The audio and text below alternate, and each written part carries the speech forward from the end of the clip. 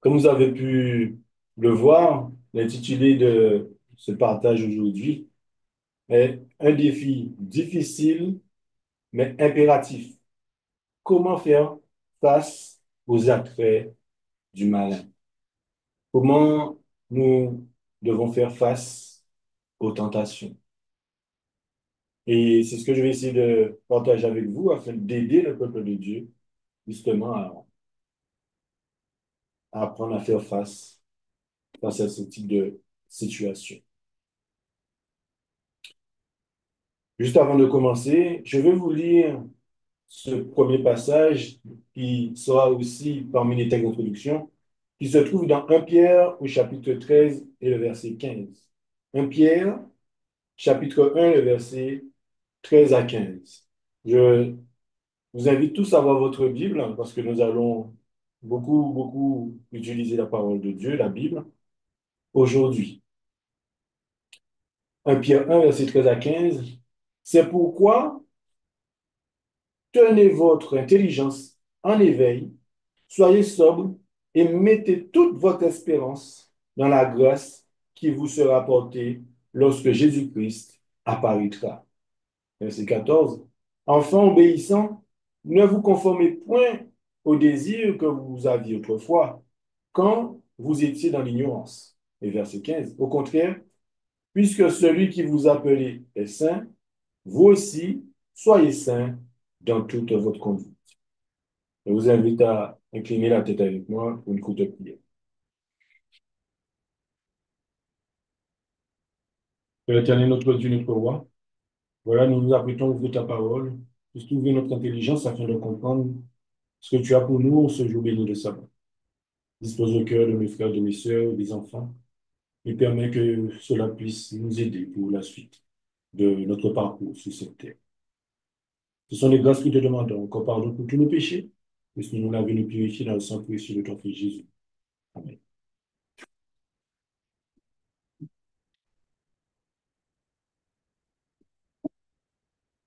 Donc, nous avons lu ce premier passage dans 1 Pierre au chapitre 1, verset 13 à 15, dans la version second 21.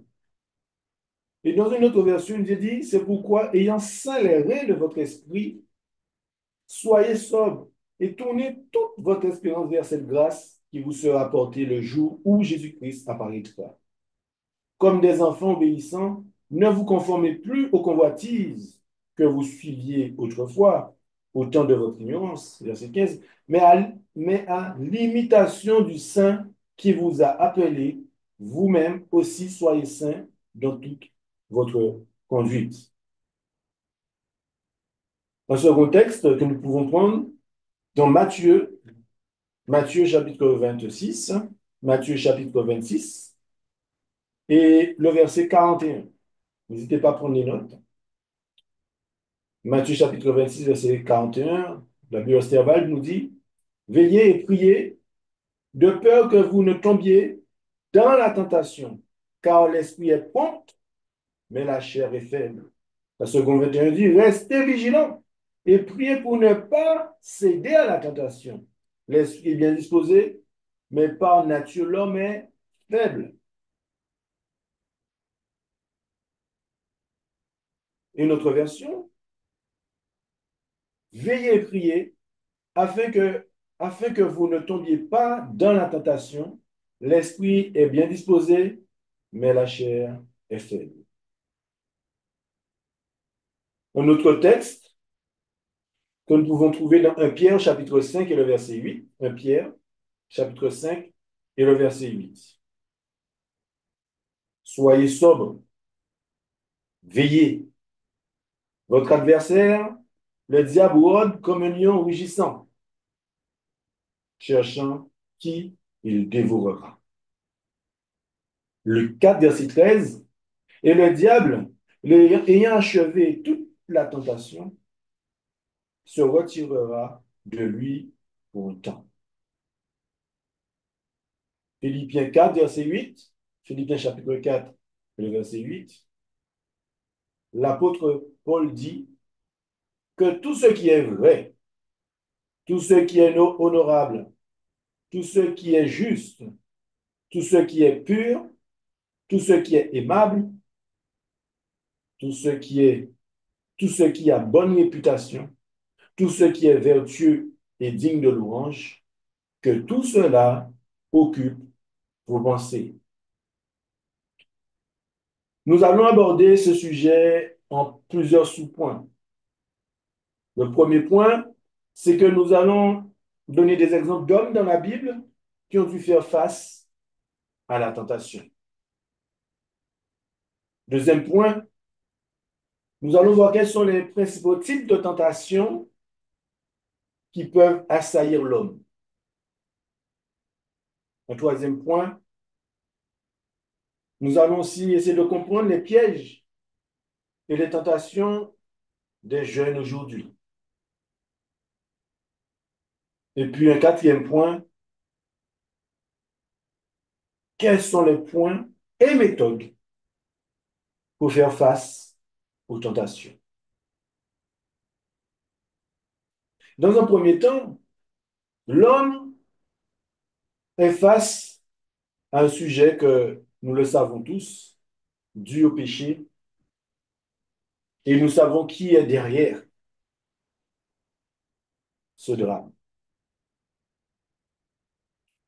Et pour comprendre de quoi nous allons parler, nous allons essayer de comprendre la définition de ce mot, tentation. Tentation, mot féminin, impulsion qui pousse à pécher, au mal, succomber à la tentation, ce qui incite à une action en éveillant le désir. Larousse nous dit attrait vers quelque chose de défendu par une loi morale ou religieuse, incitation au péché ou à la révolte contre les lois divines. Tout ce qui tente, attire, insiste à quelque chose, crée le désir, l'envie, résister à la tentation de fumer. Donc, les synonymes attrait, désir, envie. À travers tous ces textes que nous avons déjà lus, nous voyons que le Seigneur Jésus nous met en garde, nous fait comprendre que c'est quelque chose de réel, que nous avons un ennemi qui souhaite ravir notre âme. Et donc, la parole de Dieu nous alerte afin que nous puissions être éveillés pour ne pas tomber en tentation. Mais peut-être qu'on pense ou on imagine que toute tentation viendrait de Satan. Non, mais toute tentation, les amis, ne procède pas directement de Satan. Et il ne faut pas la lui attribuer d'une façon automatique ou systématique. Prenez avec moi le livre Marc, l'évangile de Marc, au chapitre 7 et le verset 20 à 23. Marc, chapitre 7 et le verset 20 à 23. Il disait donc, ce qui sort de l'homme, c'est ce qui souille l'homme, car du dedans, c'est-à-dire du cœur des hommes, sortent les mauvaises pensées, les adultères, les fornications, les meurtres, verset 22, les larcins, la cupidité, la méchanceté, la fraude, l'impudicité, l'œil envieux, la médisance, la fierté, la folie. Verset 23, tous ces vices sortent du dedans et souillent l'homme. Donc, à cause de sa nature pécheresse, il existe dans l'homme lui-même une amorce au mal, sa convoitise. Oui, parce que dans Jacques au chapitre 1 et le verset 14, Jacques chapitre 1, verset 14, il nous est dit, mais chacun est tenté quand il est attiré et amorcé par sa propre convoitise. Je reprends. Mais chacun est tenté quand il est attiré et amorcé par sa propre convoitise. 1 Pierre 2, 1 Pierre 2, verset 11 nous dit, Bien-aimés, je vous exhorte, comme des étrangers et des voyageurs, à vous abstenir des convoitises charnelles qui font la guerre à quoi? À l'âme, qui font la guerre à l'âme. C'est-à-dire les mauvais désirs qu'il porte en lui, qui l'appâtent, le séduisent et l'entraînent.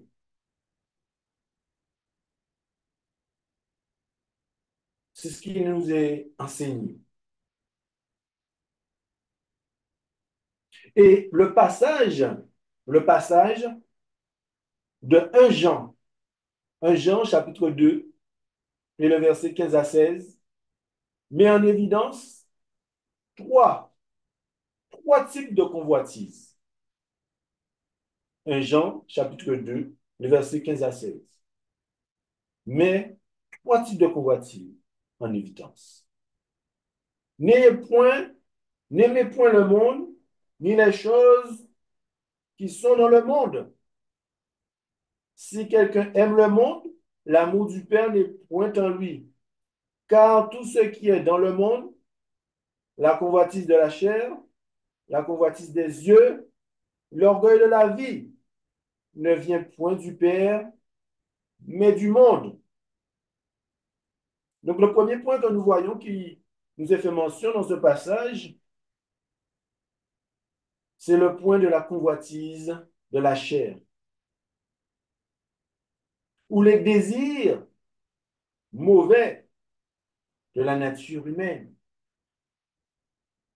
Romains, je vous invite avec moi dans Romains chapitre 7, le verset 21 à 23. Romains chapitre 7, le verset 21 à 23. Je trouve donc cette loi en moi. C'est que quand je veux faire le bien, le mal est attaché à moi. Car je prends plaisir à la loi de Dieu, selon l'homme intérieur. Mais je vois une autre loi dans mes membres qui combat contre la loi de mon esprit et qui me rend captif sous la loi du péché qui est dans mes membres. Nous voyons ici la difficulté, cet attachement que nous pouvons avoir avec le mal. La convoitise de la chair, ce désir mauvais de la nature humaine existe. Et c'est du concret. Dans Galates, chapitre 5, verset 16 à 17, Galates, chapitre 5, verset 16 à 17. Je vous dis donc, marchez selon l'esprit et n'accomplissez point les désirs de quoi? Les désirs de la chair. Car la chair a des désirs contraires à celles de l'esprit. Et l'esprit en a de contraires à la chair. Et ces deux choses sont opposées l'une à l'autre, de telle sorte que vous ne faites point les choses que vous vouliez. Nous avons des exemples dans la parole de Dieu pour nous inculquer, pour nous démontrer ce que cela veut dire. Qu'est-ce que nous devons comprendre à travers la convoitise de la chair. Vous connaissez cet exemple de Géasi en 2 Rois, chapitre 5, et le verset 20 à 24. 2 Rois, chapitre 5, et le verset 20 à 24. Alors, Géasi, serviteur d'Élysée, l'homme de Dieu dit en lui-même, voici mon maître a ménagé Naaman, ce Syrien, et n'a pas accepté de sa main ce qu'il avait apporté. L'Éternel est vivant, je courrai après lui et j'en recevrai quelque chose. Géasi courut donc après Naaman. Et Naaman, voyant qu'il courait après lui, sauta de son char à sa rencontre et dit, tout va-t-il bien? Et il répondit, tout va bien. Mon maître m'envoie te dire voici, il m'arrive à l'instant même de la montagne d'Éphraïm deux jeunes gens d'entre les fils des prophètes. Donne-leur, je te prie, un talent d'argent et deux robes de rechange. Et Naaman dit, veille, accepter deux talents, et il le pressa, et mit dans deux sacs deux talents, ainsi que deux robes de rechange. Et il les donna à deux de ses serviteurs qui les portèrent devant Géasi. Et quand il fut parvenu à la colline, il les prit d'entre leurs mains et les serra dans la maison, puis il renvoya ces gens-là et ils s'en retournèrent. Voilà un exemple de la convoitise. Nous avons aussi l'exemple de Saül en 1 Samuel, chapitre 28, le verset 4 à 8. Les Philistins assemblés vinrent donc et campèrent à Sunem. Saül aussi assembla tout Israël et ils campèrent à Gilboa. Or Saül, voyant le camp des Philistins, eut peur et son cœur fut fort effrayé. Et Saül consulta l'Éternel, mais l'Éternel ne lui répondit point, ni par des songes, ni par l'Urim, ni par les prophètes. Et Saül dit à ses serviteurs, cherchez-moi une femme qui connaisse la magie, et j'irai vers elle, et je la consulterai. Ses serviteurs lui dirent, voilà, il y a en dehors une femme qui connaît la magie. Alors Saül se déguisa et prit d'autres habits, et s'en alla, lui et deux autres hommes avec lui. Ils arrivèrent de nuit chez cette femme. Et Saül lui dit, prédis-moi, je te prie, par la magie, et fais-moi monter celui que je te dirai. Donc nous voyons ici le comportement de Saül, mes amis, face à Dieu, le fait que Dieu ne lui répond pas. Donc l'envie a pris naissance en lui, d'être au-delà de Dieu, de dépasser Dieu, jusqu'à aller consulter une femme qui pratique la magie. Et nous avons vu encore dans ce texte de Jean, 1 Jean 2, verset 15 à 16, il y a la convoitise des yeux, soit le désir avide de voir ou de posséder ce que l'on voit. Donc nous avons vu la convoitise de la chair. Là, nous voyons la convoitise des yeux. Nous avons l'exemple de Lot. En Genèse, chapitre 13, le verset 10 à 11. Genèse, chapitre 13, le verset 10 à 11.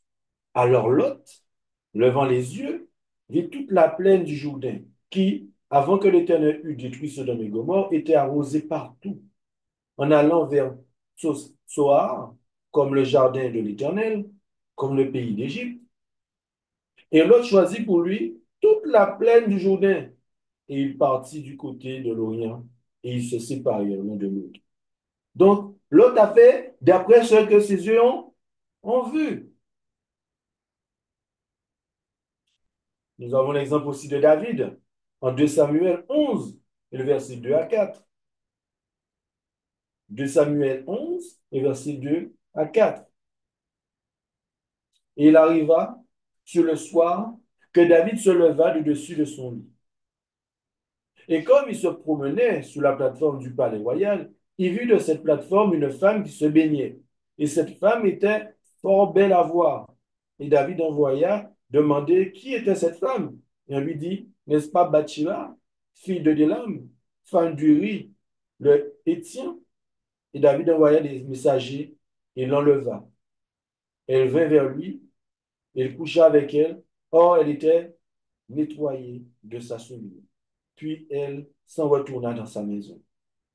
Donc, nous voyons ici la convoitise des yeux. Comment David a réagi face à ce qu'il a vu. Nous voyons déjà ces deux points concernant la convoitise de la chair et la convoitise des yeux.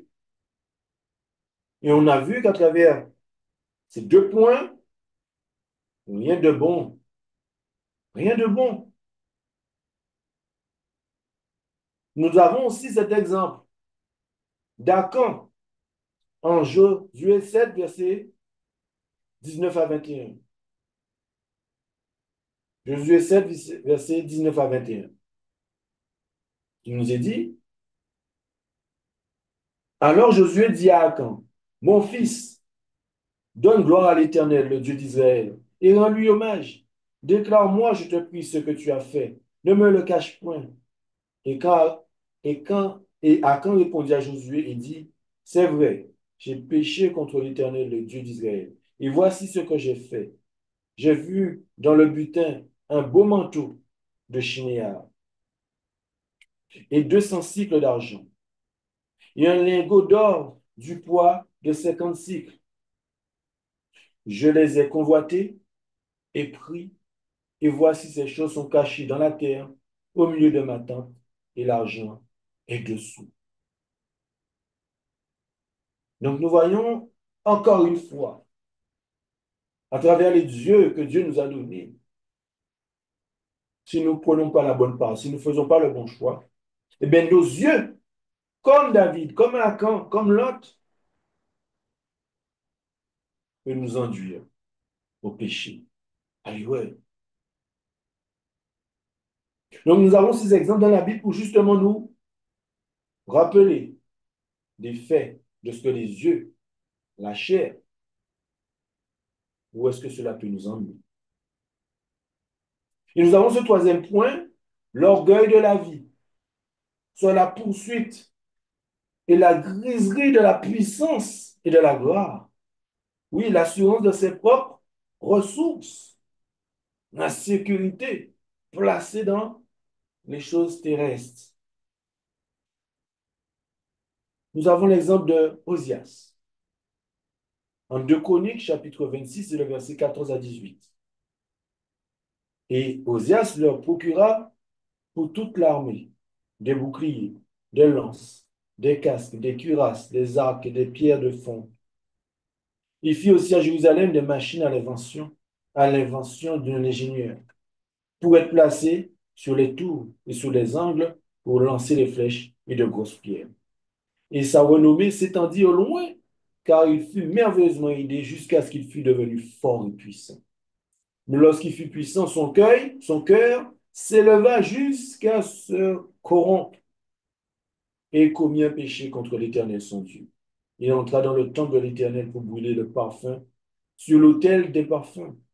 Mais Aria, le sacrificateur, entra après lui, et avec lui 80 sacrificateurs de l'Éternel, hommes vaillants, qui s'opposèrent au roi Osias, et lui dirent, ce n'est pas à toi, Osias, d'offrir le parfum à l'Éternel, mais aux sacrificateurs, fils d'Aaron, qui sont consacrés pour cela. Sors du sanctuaire, car tu as péché, et cela ne sera pas à ta gloire devant l'Éternel. Excellent, commandant Osias, fort, intelligent, mais malheureusement,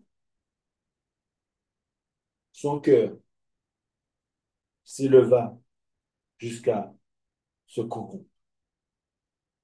Oui, parce que les choses de cette vie peuvent prendre plaisir. Peuvent prendre plaisir à ces choses. Jusqu'à ce que ces choses, justement, nous corrompent. Nous avons cet exemple de l'homme riche en Luc 12, verset 16 à 21. Luc 12, verset 16 à 21. Et il leur dit cette parabole. Les terres d'un homme riche avaient rapporté avec abondance. Il raisonnait en lui-même, disant, que ferai-je, car je n'ai pas assez de place pour serrer ma récolte. Voici, dit-il, ce que je ferai. J'abattrai mes greniers et j'en bâtirai de plus grands. Et j'y amasserai toute ma récolte et tous mes biens. Puis je dirai à mon âme, tu as beaucoup de biens en réserve pour plusieurs années. Repose-toi, mange, bois et te réjouis. Mais Dieu lui dit, insensé, cette nuit même, ton âme te sera redemandée. Et ce que tu as amassé, pour qui sera-t-il? Il en est ainsi de celui qui amasse des biens pour lui-même et qui n'est point riche en Dieu. Notre priorité, c'est en Dieu. Notre richesse se réside en l'Éternel et non dans les choses de ce monde. Non dans les choses qui nous amènent à l'orgueil de la vie. Donc, qu'est-ce qui fait que nous pouvons tomber encore dans des attraits du malin? Qu'est-ce qui nous fait tomber encore dans les tentations que le diable met à notre disposition? Eh bien, c'est lorsque nous nous détournons. Lorsque nous détournons notre cœur, les amis, de l'Éternel. C'est lorsqu'on va vers d'autres dieux.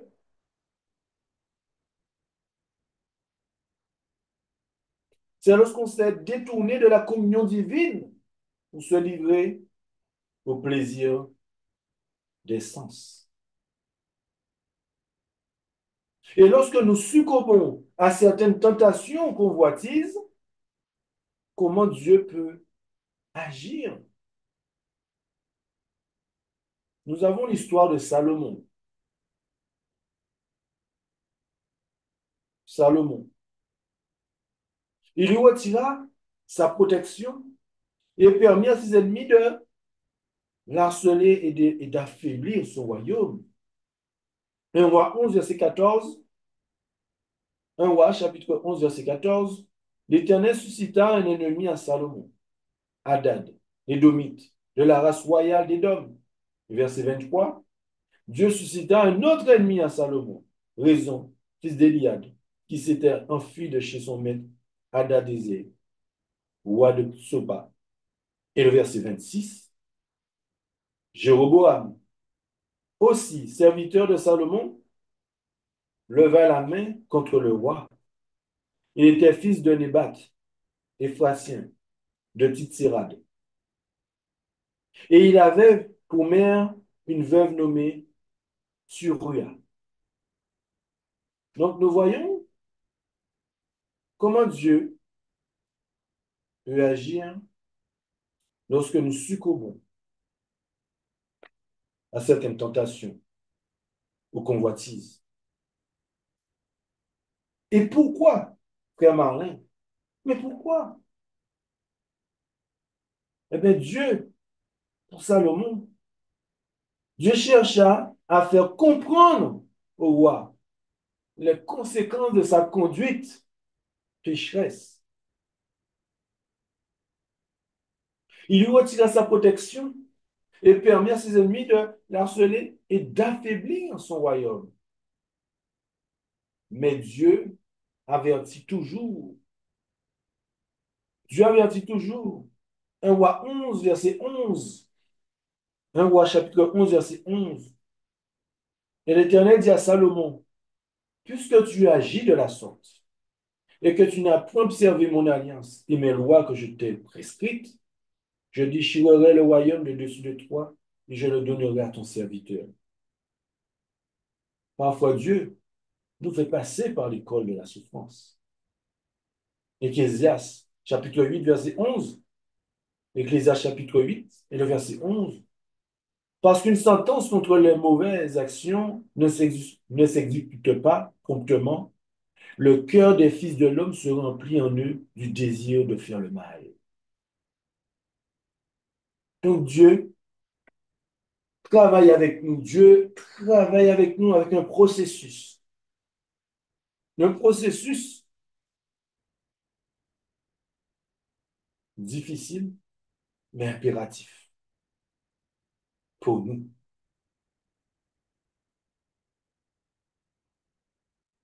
Et vous savez que même notre Seigneur Jésus a affronté les principaux types de tentations qui peuvent assaillir l'homme. Venez avec moi dans Matthieu chapitre 4. Matthieu chapitre 4, les versets 11. Je lirai dans la version Stérval. Matthieu 4, et le verset 1 à 11. Alors Jésus fut amené par l'Esprit dans le désert pour être tenté par le diable. Et après qu'il eut jeûné 40 jours et 40 nuits, il eut faim. Il s'est approché de lui. Le tentateur lui dit, si tu es le Fils de Dieu, dis que ces pierres deviennent du pain. Mais Jésus répondit, il est écrit. Retenez bien qu'est-ce que Jésus a dit, la réponse que Jésus a apportée. Il est écrit, l'homme ne vivra pas de pain seulement, mais de toute parole qui sort de la bouche de Dieu. Alors le diable le mena dans la ville sainte et le mit sur le haut du temple et lui dit, si tu es, le toucher, le cœur, si tu es le Fils de Dieu, jette-toi en bas, car il est écrit qu'il ordonnera à ses anges d'avoir soin de toi et ils te porteront dans leurs mains de peur que tu ne heurtes ton pied contre quelques pierres. Et Jésus lui dit, il est aussi écrit, tu ne tenteras point le Seigneur ton Dieu. Et le diable le mena encore sur une montagne fort haute et lui montra tous les royaumes du monde et leur gloire. Et lui dit, je te donnerai toutes ces choses si tu te prosternes, tu m'adores. Alors Jésus lui dit, arrière, Satan, car il est écrit, tu adoreras le Seigneur ton Dieu et tu le serviras lui seul. Alors le diable le laissa et voici les anges vinrent et le servirent. Donc, il a vécu la tentation sur la faim. Comment il a répondu? Il a répondu par il est écrit. Il a été aussi tenté sur l'orgueil de pouvoir, si tu es. Il a dit, il est aussi écrit. Il lui a proposé la convoitise de la vie, du royaume de ce monde, la gloire. Mais il lui a répondu aussi, il est écrit. Donc nous voyons que la première grande tentation concerne l'appétit. La deuxième, l'orgueil. La troisième, l'amour du monde. Donc, conseil à l'Église, à la page 221, paragraphe 3, nous est dit, dans le désert, le Christ a affronté les principaux types de tentations qui peuvent assaillir l'homme. Là, tout seul, il se trouva face à l'adversaire subtil et rusé et le vainquit. La première grande tentation concernant l'appétit. La deuxième, l'orgueil. La troisième, l'amour du monde. Les trônes et les royaumes de ce monde, dans toute leur gloire, furent offerts au Christ. Satan vint présenter les honneurs, les richesses et les plaisirs de la vie sous leur aspect les plus attrayants, en vue de séduire et de tromper. Je te donnerai toutes ces choses, dit-il au Christ, si tu te prosternes et m'adores. Mais le Christ repoussa l'astucieux adversaire et remporta la victoire. L'exemple du Christ est devant nous, les amis. Il a été fait en toutes choses comme nous. Ce que nous vivons, lui aussi l'a vécu et nous a démontré comment faire face, comment l'ennemi a pu être chassé. Donc, il nous a montré comment il vécut Satan en nous montrant ainsi que nous aussi, nous pouvons également obtenir la victoire. Jésus a remporté la victoire et nous démontre que nous aussi, nous pouvons obtenir la victoire. Donc, nous voyons dans cette histoire l'appétit à son importance. La maîtrise de soi, la tempérance est une nécessité. Conseiller à l'Église, à la page 69, paragraphe 2. La puissance de l'appétit causera la perte de milliers d'hommes. Alors, que s'ils avaient eu la victoire à cet égard, ils auraient eu la force morale de triompher de toutes les autres tentations de Satan. Vous savez, il y a le démon de l'intempérance. Il est l'un des plus puissants. Madame, on parle. Mais ceux qui sont esclaves de leur appétit ne pourront atteindre la perfection du caractère, les amis. La transgression permet, la transgression permanente de la loi de Dieu depuis 6000 ans a produit la maladie, la souffrance et la mort.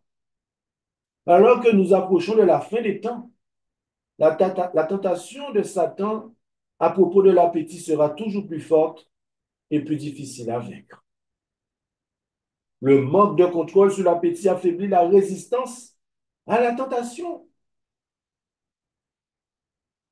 Nous devons demander à Dieu, à notre Seigneur Jésus-Christ, vraiment de nous aider à avoir la victoire sur l'appétit. Mais aussi, il y a l'orgueil. Heureux ceux qui, à passage paragraphe 1, lorsque l'orgueil ferme le cœur à la douce influence du Sauveur et aux bénédictions qui découlent de sa présence. Il n'y a pas de place pour Jésus dans de telles âmes. Ceux qui sont riches et honorables à leurs propres yeux ne demandent ni ne reçoivent la bénédiction de Dieu. Ils se croient pourvus et s'en vont à vide. Tandis que ceux qui sentent leur incapacité de faire leur salut ou d'accomplir par eux-mêmes une bonne action appréciera l'aide que Jésus leur apporte. Ce sont là les pauvres en esprit, ceux auxquels précisément le bonheur est promis. Nous avons aussi l'amour du monde. Dans 1 Jean 2, verset 15, il nous est dit dans 1 Jean 2, verset 15, n'aimez point le monde, ni les choses qui sont dans le monde. Si quelqu'un aime le monde, l'amour du Père n'est point en lui. Aucun homme ne peut être disciple du Christ s'il place ses affections dans les choses du monde. Jean, dans sa première épître, écrit, n'aimez point le monde ni les choses qui sont dans le monde. Si quelqu'un aime le monde, l'amour du Père n'est point en lui. 1 Jean 2, verset 15. Notre Sauveur, qui fut en but aux séductions les plus puissantes de Satan, sait quel danger nous courons de céder à la tentation d'aimer le monde. Oui, depuis quelques années, l'Église de Dieu a encouru un grand danger, l'amour du monde. Celui-ci a donné naissance au péché d'égoïsme et de convoitise. Plus on acquiert les biens d'ici-bas, plus on s'y attache, plus on voudrait en obtenir. L'ange reprit, il est plus facile à un chameau de passer par le trou d'une aiguille qu'un riche d'entrer dans le royaume de Dieu. Luc 18, verset 25. Cependant, ils sont nombreux ceux qui professent croire que nous avons mission de faire retentir le dernier avertissement que Dieu donne au monde et qui mettent toute leur énergie à se placer dans cette position où il est plus aisé, à un chameau de passer par le trou d'une aiguille que pour eux d'entrer dans le royaume de Dieu. Oui, Christ nous place en face de deux maîtres, Dieu et le monde. Il est clairement mis en évidence le fait qu'il est absolument impossible de les servir tous les deux. Si nous plaçons notre intérêt et notre amour dans le monde, nous n'apprécierons pas les choses qui, par-dessus toutes les autres, sont dignes de notre attention. L'amour du monde exclut l'amour de Dieu. L'amour du monde exclut l'amour de Dieu et subordonnera nos intérêts les plus élevés en considération mondaine. Ainsi, Dieu n'occupera pas dans nos pensées, affections et nos dévotions la place que tiennent les choses du monde. Oui, une grande mondanité. Tel a été l'un des buts des tentations sataniques les plus irrésistibles. Il se propose d'utiliser des actions mondaines à telle enseigne qu'il ne reste aucune place dans les cœurs et dans les esprits pour les choses célestes. Il prend possession de leur esprit grâce à l'amour du monde. Les valeurs célestes subissent une éclipse devant les terrestres. Ainsi, on perd de vue le Seigneur et on ne le comprend plus. De fausses théories, de faux dieux viennent remplacer le vrai. Si nous aimons ces choses de ce monde, on perd de vue Dieu. Et des faux dieux prennent place.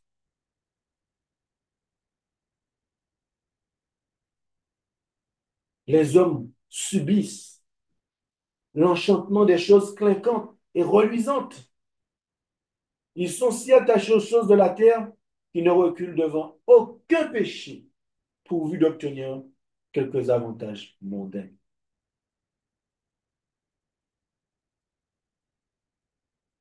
Nous voyons à travers ces points concernant les exemples dans la Bible d'hommes qui ont dû faire face à la tentation. Et nous avons vu quels sont les principaux types de tentations qui peuvent assaillir l'homme.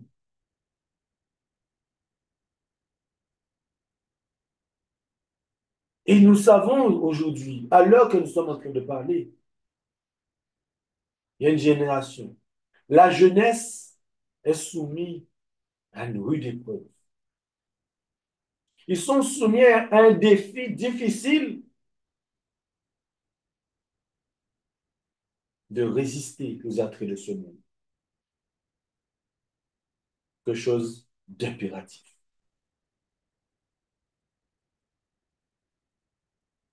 La jeunesse est confrontée à la consommation de produits illicites.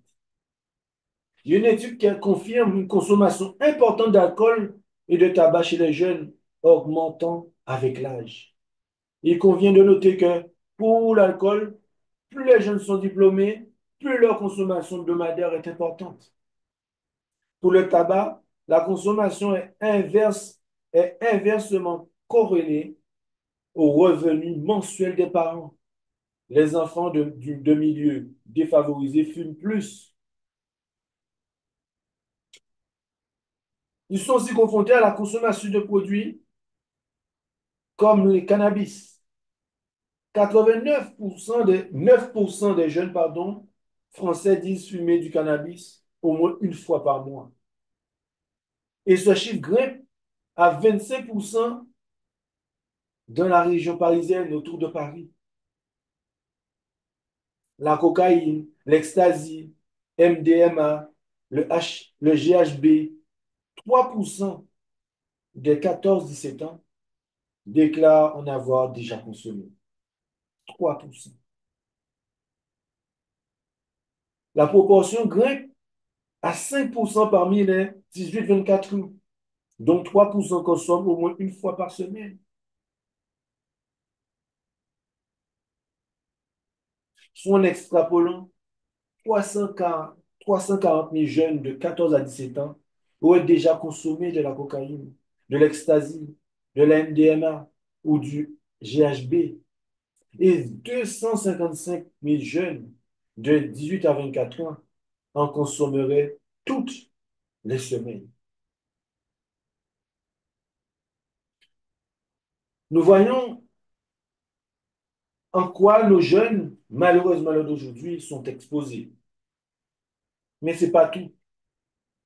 Il y a aussi l'utilisation des écrans. Et à travers toutes ces choses-là que nous sommes en train de voir pour les jeunes, ils sont confrontés à la convoitise des yeux, la chair et le monde. L'utilisation des écrans, réseaux sociaux, jeux vidéo est spectaculairement élevée chez les jeunes et plus encore chez les adolescents. Un quart, 26% des 18-22 ans, estiment passer plus de 5 heures par jour sur les réseaux sociaux. 10% y consacrent plus de 8 heures chaque jour. De même, 16% des 18-22 ans disent passer plus de 5 heures par jour sur les jeux vidéo et 7% plus de 8 heures. Elle admet aussi, elle met aussi en évidence que les garçons consacrent 2 fois plus de temps que les filles aux jeux vidéo et qu'à l'inverse, les filles passent 2 fois plus de temps sur les réseaux sociaux que les garçons. Elle fait paraître que les addictions aux écrans sont étroitement liées entre elles. Et ce n'est pas tout. La consommation de pornographie, on ne peut qu'être frappé par la conséquence élevée de visualisation des vidéos pornographiques, avec 21% des jeunes, donc 15% de 14 à 17 ans, en consomment au moins 1 fois par semaine et encore plus problématique, une consommation quotidienne pour 9% d'entre eux. Les jeux de l'argent, 13% des jeunes jouent au moins 1 fois par semaine. Donc les risques sont aggravés du fait que ce sont les jeunes des milieux défavorisés qui sont les premiers consommateurs des jeux d'argent. Donc nous voyons, il existe des addictions aux jeux vidéo, des addictions aux réseaux sociaux, à la sensualité, le narcissisme, les mauvaises fréquentations.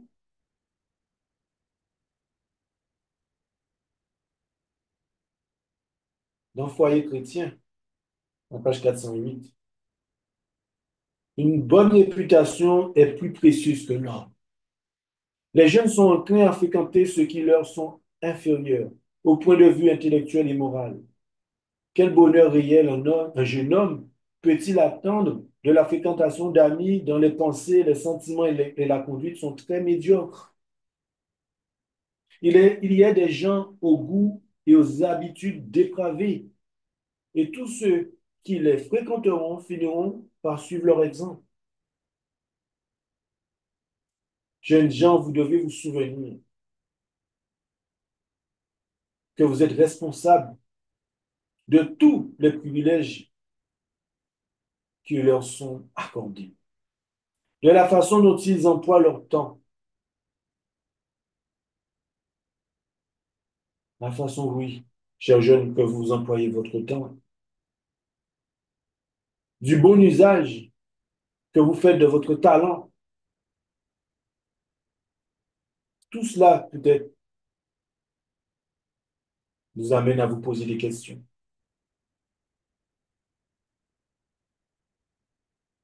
Il y a des questions qui viennent, mais ne pouvons-nous pas nous distraire, nous amuser? Devons-nous travailler, travailler et encore travailler sans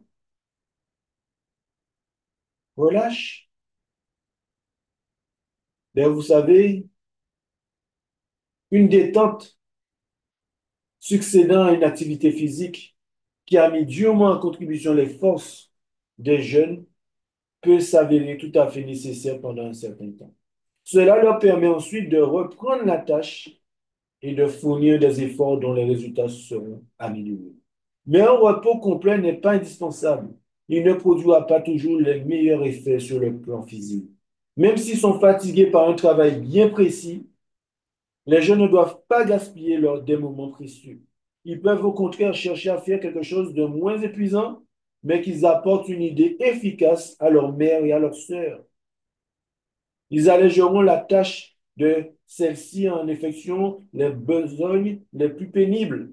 Et du même coup, ils éprouveront la satisfaction du devoir accompli qui leur procurera une vraie joie.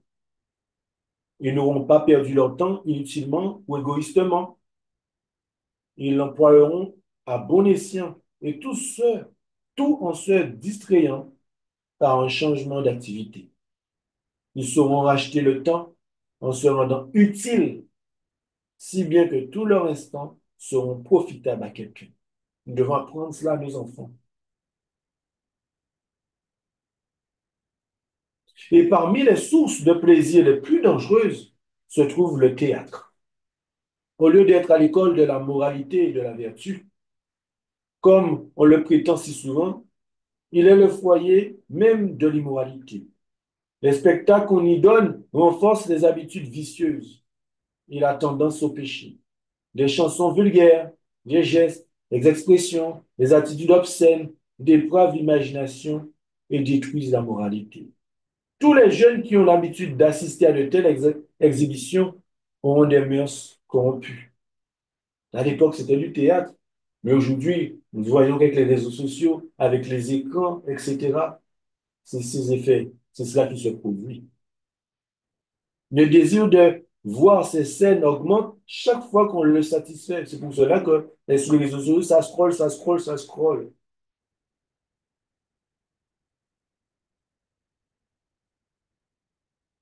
Le désir de voir ces scènes augmente chaque fois qu'on le satisfait, comme le désir de boisson enivrante s'accroît à mesure qu'on en fait usage. La seule sauvegarde consiste à fuir le théâtre. Aujourd'hui, c'est à fuir les écrans,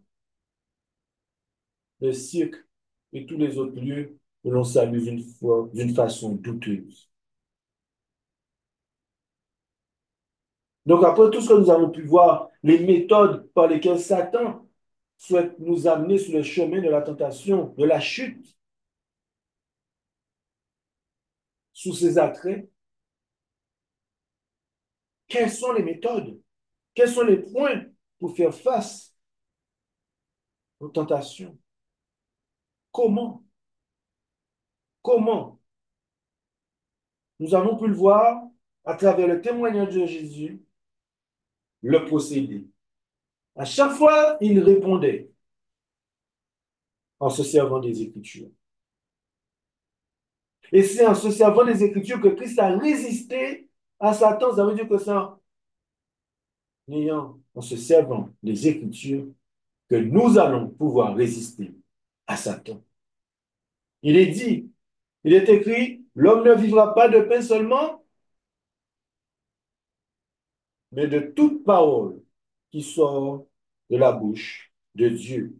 Matthieu 4 et le verset 4. Donc il faut étudier les Saintes Écritures et les mettre en pratique.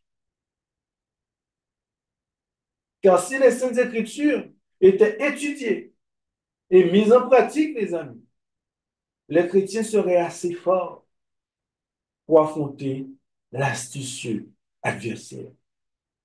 Mais la parole de Dieu est négligée et le malheur et la défaite en sont la conséquence.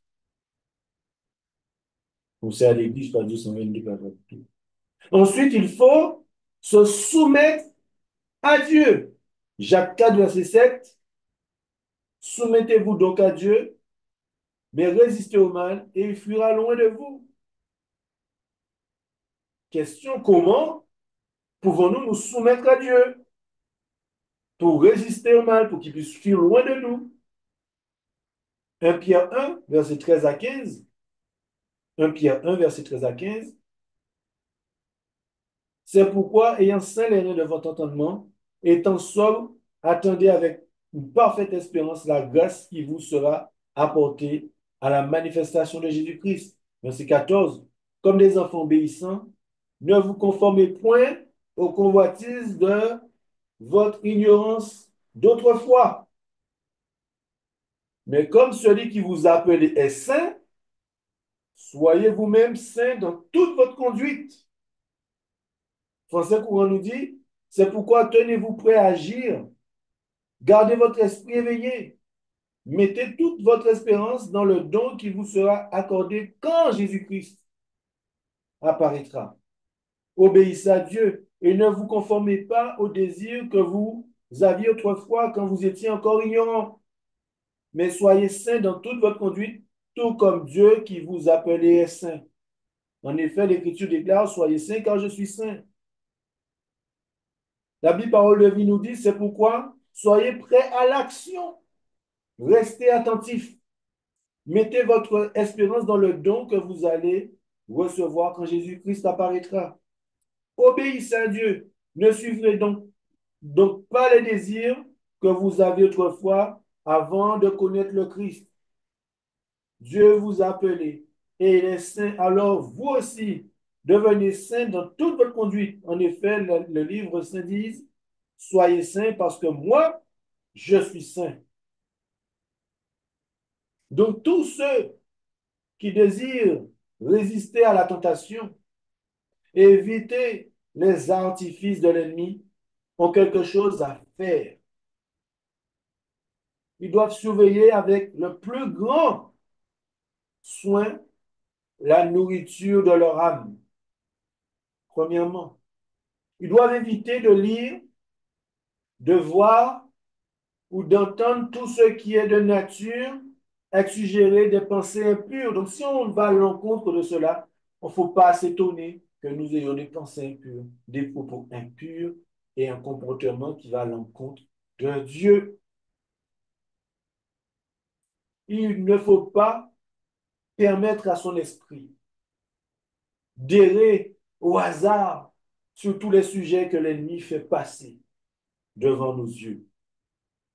Ayez saint les reins de votre esprit tenir, nous dit l'apôtre Pierre. Soyez vigilants et être attentifs. Ne vous conformez pas aux convoitises qui régnaient autrefois en vous. On doit se battre, aller à l'opposé de ces convoitises que nous avons eues autrefois. Mais de même que celui qui vous appelait saint, vous aussi soyez saints dans toute votre conduite. Message à Genèse, page 53, paragraphe 2. Philippiens 4, verset 8 nous dit, Philippiens chapitre 4, verset 8, l'apôtre Paul dit aussi que tout ce qui est vrai, donc nous devons écouter des choses vraies. En Dieu, il n'y a pas d'erreur. Donc si nous écoutons des choses qui viennent du ciel, des choses vraies. Tout ce qui est honorable, tout ce qui honore Dieu, tout ce qui est juste, Dieu est juste. Il n'y a pas de vol, il n'y a pas de tromperie. Tout ce qui est pur, tout ce qui est aimable, tout ce qui a bonne réputation. C'est important, tout ce qui est pur. On ne doit pas regarder des choses, il y a l'adultère. Des choses, il y a la nudité. Des choses où on entend des choses agréables. Tout ce qui a bonne réputation, tout ce qui est vertu est digne de louange. Que tout cela occupe vos pensées. Voilà ce que nous ne devons jamais oublier. Ce que nous écoutons, regardons, faisons, pensons. Parce que si nous faisons le contraire, vous voyez, vous comprenez bien que ce n'est pas des choses qui viennent du ciel. Mais pourquoi nous devons être attentifs à ce que nous devons le lire? Dans 1 Pierre 5, verset 8, nous est dit, soyez sobres, veillez. Pourquoi nous devons faire attention, mes amis, aux convoitises de ce monde, aux convoitises de la chair, aux convoitises des yeux? Parce qu'il nous est dit, votre adversaire, le diable, rôde comme un lion, rugissant, cherchant qui il dévorera. Donc, veillez et priez de peur que vous ne tombiez dans la tentation. Car l'esprit est prompt, mais la chair est faible. Donc, nous devons prendre un grand soin de la nourriture que nous mettons dans notre âme. Donc, nous devons faire attention à ce que nous lisons, à ce que nous regardons, à ce que nous entendons, parce que nous avons un ennemi qui est là et qui rôde. Et c'est pour cela que nous devons veiller et que nous devons prier, car l'esprit est prompt, mais la chair est faible. Le second nous dit, restez vigilants et priez pour ne pas céder à la tentation. L'esprit est bien disposé, mais par nature, l'homme est faible. Veillez et priez afin que vous ne tombiez pas dans la tentation. L'esprit est bien disposé, mais la chair est faible.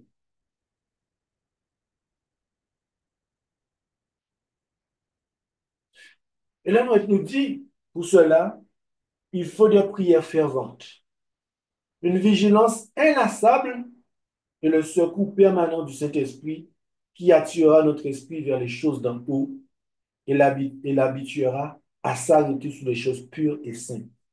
Enfin, il est indispensable d'étudier diligemment la parole.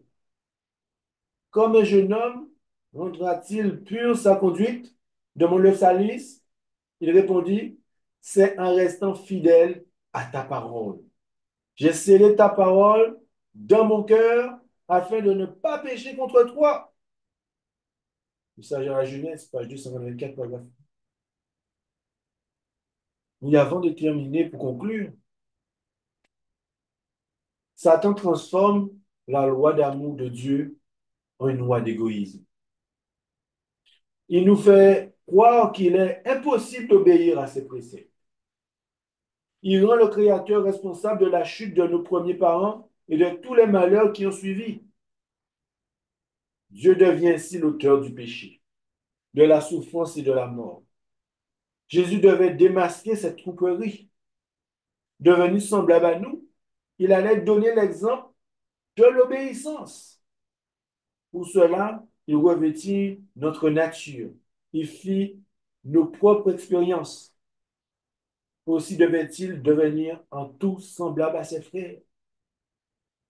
S'il nous fallait subir quelque chose que Jésus n'est pas à supporter, Satan pourrait en tirer argument pour nous montrer que la puissance de Dieu est insuffisante en ce qui nous concerne. C'est pourquoi Jésus a été tenté comme nous à tout égard. Il a enduré toutes les épreuves qui peuvent nous survenir. Il n'a pas fait appel pour lui-même à une puissance qui nous serait refusée.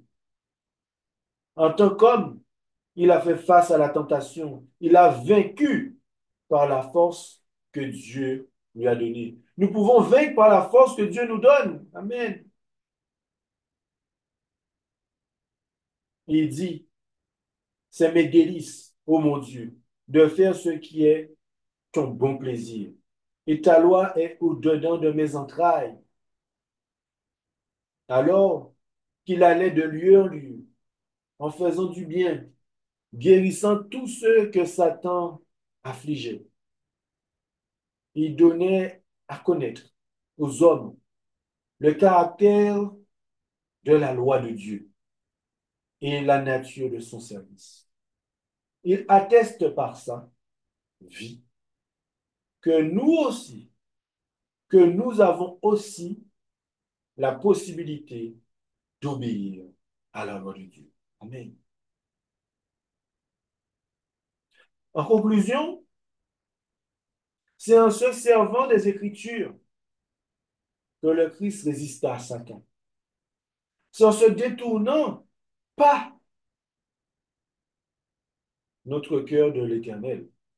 C'est en se préservant d'aller vers d'autres dieux. C'est en ne coupant pas la communion divine pour se livrer au plaisir des sens. Ayons la victoire sur l'appétit, mes frères et sœurs. Ayons la victoire sur l'orgueil. Demandons à Dieu de nous donner la victoire sur l'amour du monde. Il nous est demandé de veiller et de prier, veillant et priant que Dieu nous bénisse. Amen. Bon sabbat à tous. Est-ce que tu veux terminer par une prière, Marlin? OK. On va Mais se je faire. vous invite à vous prosterner avec moi. Voilà.